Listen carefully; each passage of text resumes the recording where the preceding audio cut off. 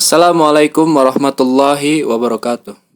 Istilah tafsir merujuk kepada Al-Quran surat Al-Furqan ayat 33, yang artinya, tidaklah orang-orang kafir itu datang kepadamu, membawa sesuatu yang ganjil, melainkan kami datangkan kepadamu suatu yang benar, dan penjelasan yang terbaik. Secara etimologi, tafsir berarti menjelaskan, menerangkan, menampakkan, menyibak, dan merinci. Tafsir berasal dari isim masdar dari wazan taf'ilan.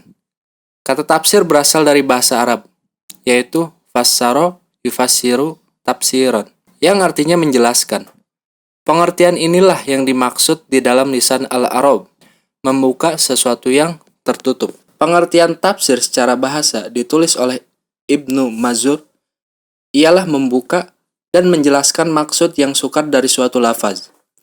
Pengertian ini pula lah yang diistilahkan oleh para ulama tafsir dengan menjelaskan dan menerangkan. Di dalam Kamus Bahasa Indonesia, kata tafsir diartikan dengan keterangan atau penjelasan tentang ayat-ayat Al-Quran. Sedangkan tafsir secara istilah terdapat beberapa pendapat para ulama tafsir.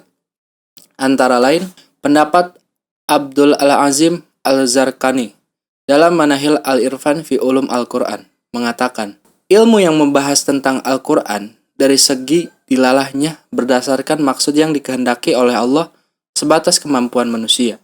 Menurut Khalid bin Uthman Ats-Tsabat dalam Qawaid At-Tafsir, tafsir adalah ilmu yang membahas tentang keadaan Al-Quran dari segi dilalahnya berdasarkan maksud yang dikehendaki Allah sebatas kemampuan manusia. Ada beberapa titik perhatian rumusan tafsir dari definisi yang diberikan Al-Zarqani dan Khalid bin Uthman Ats-Tsabat, yaitu 1. Membahas tentang Al-Quran. Ilmu ini hanya membahas ilmu Al-Quran, maka tidak termasuk ke dalam kategori ilmu-ilmu lain. Kedua, membahas maksud ayat. Berdasarkan definisi di atas, maka hal-hal di luar pembahasan yang berhubungan dengan maksud ayat tidak dikategorikan kepada tafsir seperti ilmu rasm dan ilmu qiraat. Ketiga, sesuai dengan kemampuan manusia.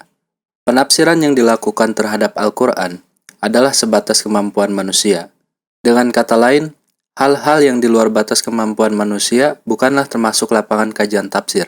Tidak perlu memaksakan diri untuk mengetahui tafsir Al-Quran, karena dapat menyeret mufasir kepada penafsiran-penafsiran yang menyimpang dan melewati batas. Keempat, dalam Al-Mu'jam Al-Wasit disebutkan bahwa tafsir Al-Quran adalah penjelasan makna Al-Quran dan menghasilkan kaidah-kaidah, rahasia-rahasia, hikmah-hikmah, dan hukum-hukum dari ayatnya. Fokus tafsir dari definisi di atas adalah dengan menjelaskan makna Al-Quran akan diperoleh darinya kaidah-kaidah, rahasia-rahasia, hikmah-hikmah, dan hukum-hukum. Artinya, sasaran akhir tafsir adalah mengeluarkan kaidah-kaidah, rahasia-rahasia, hikmah-hikmah, dan hukum-hukum. Kelima, sementara Al-Zarqasi merumuskan tafsir dengan ilmu untuk memahami kitabullah yang diturunkan kepada Nabi, menjelaskan maknanya serta mengeluarkan hukum atau hikmah darinya.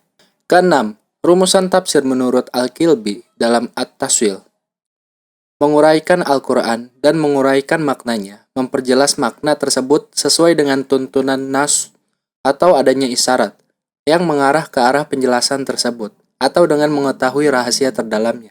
Titik perhatian kedua definisi di atas adalah persoalan 1. Pemahaman terhadap Al-Quran, 2. Menjelaskan makna ayat, 3. Mengeluarkan hukum-hukum, 4. Menggali hikmah-hikmah. Titik fokus definisi ini adalah ilmu.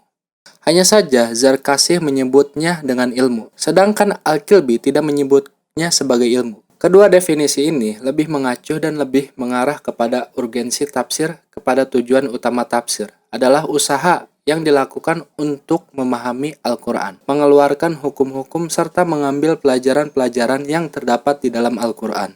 Wallahu a'lam bishawab. Assalamualaikum warahmatullahi wabarakatuh.